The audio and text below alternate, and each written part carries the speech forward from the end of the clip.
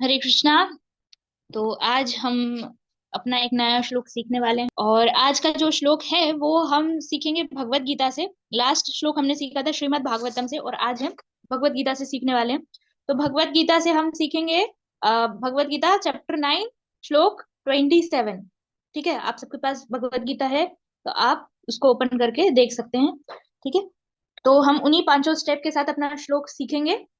सबसे पहले हम क्या करेंगे, आपको अपने अकॉर्डिंग पढ़ना है और सुनना है कि कैसे मैं बोल रही हूँ श्लोक। ठीक है, भगवत गीता चैप्टर 9 वर्स 27। ठीक है, यत् करोषि यदश्नासि यज्जुहोषि ददासि यत् तपस्यसि कौन्तेय तत्कुरुष्व मदर्पणम्। ठीक है, अभी हमारा पहला स्टेप कंप्लीट हुआ। सेकंड स्टेप में हम क्या करेंगे, प्रोनाउंसिएशन सीखेंगे कि कैसे प्रोनाउंस करना है। तो ये वर्ड जो है इसको कैसे पढ़ना है, यत करोषि, जैसे ये लिखा है यत करोषि, करोषि। ठीक है, यत करोषि, ये षटकोण वाला श है ना। यत करोषि, यद अश्नासी, यद अश्नासी। देखो तीनों शा अलग अलग है, ये शा षटकोण वाला, ये शक्कर वाला, और ये वाला कौन सा सा है, इसको सांप वाला सा कहते हैं ना वैसे। तो यद करोषि, यद अश्नासी, यज, ये आधा जा इसके साथ लेना, यज जुहोषि, यज जुहोषि ददासी यत, ददासी यत। फिर पहली लाइन क्या हुई, यत करोषि, यद अश्नासी, यद जुहोषि ददासी यत। नेक्स्ट, यत तपस्यसि, यत तपस्यसि, तपस्यसि कौन्तेय तत् कुरुष्व मद अर्पणम, तत् कुरुष्व मद अर्पणम। यत तपस्यसि कौन्तेय तत् कुरुष्व मद अर्पणम। तो इसमें ये शा अलग अलग बार यूज हुआ है। ये षटकोण वाला यहाँ पर है, यहाँ पर है, और एक यहाँ पर है ना। यहाँ पर शकर वाला यूज हुआ है और यहाँ पर ये सिंपल सा है सा, इधर भी है सा। तो अलग अलग जगह, और इधर भी है, अलग अलग जगह प्रोनाउंस करेंगे। वापस से पढ़ते हैं पूरा। यद करोषि यद अश्नासि यद जुहोषि ददासि यत्, यत् तपस्यसि कौन्तेय तत् कुरुष्व मद अर्पणम। ठीक है, हमारा स्टेप सेकंड जिसमें हमने प्रोनाउंसिएशन सीख लिया। अब स्टेप थर्ड में हम इसके word to word meaning and translation पढ़ेंगे। और आज तो हम इसका परपट भी पढ़ेंगे। यत मतलब वॉट एवर, यानी जो कुछ भी। करोषि, करोषि मतलब जो भी आप कर रहे हो। ठीक है, यत वॉट एवर, अश्नासी यू ईट, जो खा रहे हो। यत वॉट एवर, जुहोषि यू ऑफर, यानी ऑफर करते हो आप जो भी, जो कुछ भी। ददासी यू गिव अवे, कुछ भी वॉट एवर, यानी आप जो कुछ भी दे रहे हो यानी चैरिटी कर रहे हो। यत वॉट एवर तपस्यसि, यानी कुछ भी ऑस्टेरिटी आप कर रहे हो। कौन्तेय मतलब ओ सन ऑफ कुंती, तत् मतलब दैट, क्या करो आप, वॉट एवर, यत और तत् मतलब जो भी कर रहे हो वो क्या करो, दैट। कुरुष्व मतलब डू, मत अर्पणम मतलब मत means me, on to me, अर्पणम एज एन ऑफरिंग। अब हम ट्रांसलेशन पढ़ लेते हैं।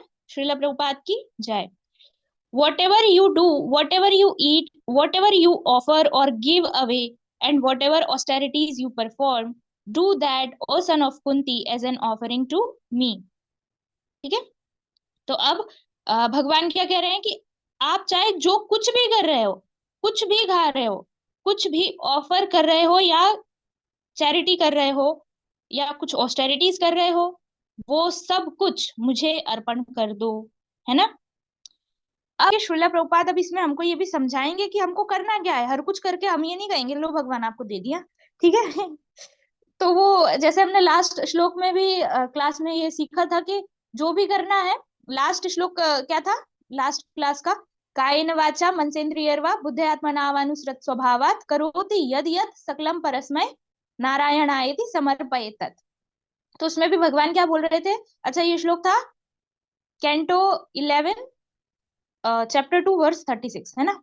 तो इसमें भगवान बोल रहे थे कि आप मन वाणी कर्म से जो भी कर रहे हो, ये बुद्धि से, वो आप मुझे अर्पण कर दो। और उसमें हमने यही सीखा था कि कुछ भी मतलब ये कि अकॉर्डिंग टू शास्त्र होना चाहिए। ठीक है, तो अब हम परपट पढ़ते हैं कि क्या लिखा है। Thus, it is the duty of everyone to mold his life in such a way that he will not forget Krishna in any circumstance. ठीक है, हमको अपनी लाइफ ऐसे मोल्ड कर लेनी है कि हम भगवान को कभी नहीं भूलें.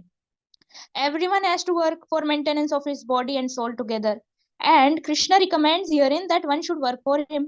तो हमको अपनी बुद्धि वो अपनी बॉडी के लिए और आत्मा के लिए काम तो करना ही है, तो हम भगवान के लिए करें उसको. Everyone has to eat something to live. Therefore, he should accept the remnants of foodstuffs offered to Krishna. यानी हमको देखो, खाना तो खाना ही है, लेकिन खाना नहीं खाना है. हमको क्या करना है? हमको प्रसाद पाना है ना. भगवान कृष्ण को ऑफर करके पहले उसके बाद पाना है.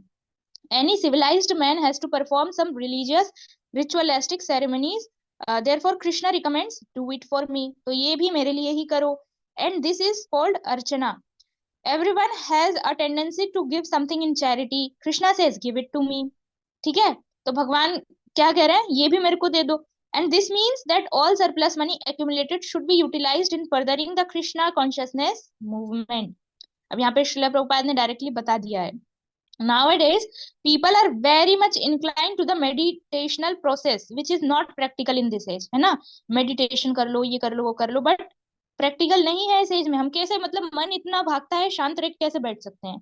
बट अगर किसी को करना भी है प्रैक्टिस मेडिटेशन की, तो क्या करे? Meditating on Krishna 24 hours a day by chanting the हरे कृष्णा मंत्र राउंड्स ऑन हिट्स बीट्स. ठीक है, तो क्या होगा? He is surely the greatest meditator and the greatest yogi as substantiated by the 6th chapter of Bhagavad Gita. तो ये वाला जो है 6th चैप्टर में भी बताया गया है कि ग्रेटेस्ट योगी कौन है.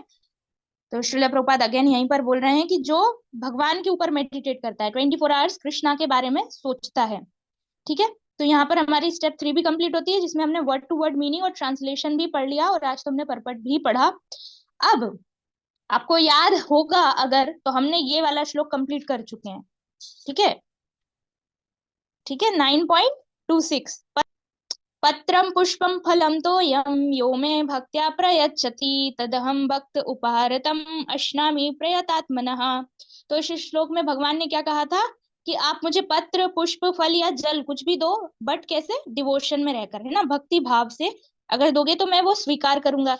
बट अब इतने आलस मार रहे हैं हम लोग, तो हम बोल रहे हैं भगवान हम कहाँ से पत्ता फूल पुष्प कहाँ से तोड़ तोड़ के लाएंगे.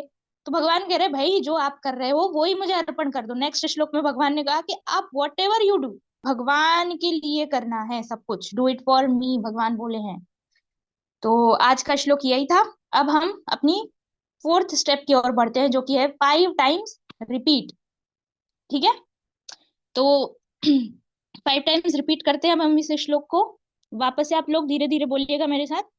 यत् करोषि यद् अश्नासि यद् जुहोषि ददासि यत् यत् तपस्यसि कौन्तेय तत् कुरुष्व मद अर्पणम्. सेकंड, यत् करोषि यद् अश्नासि यद् जुहोषि ददासि यत् यत् तपस्यसि कौन्तेय तत् कुरुष्व मद अर्पणम्. यत् करोषि यद् अश्नासि यद् जुहोषि ददासि यत् यत् तपस्यसि कौन्तेय तत् कुरुष्व मद अर्पणम्. यत् करोषि यद् अश्नासि यद् जुहोषि ददासि यत् यत् तपस्यसि कौन्तेय तत् कुरुष्व मद अर्पणम्.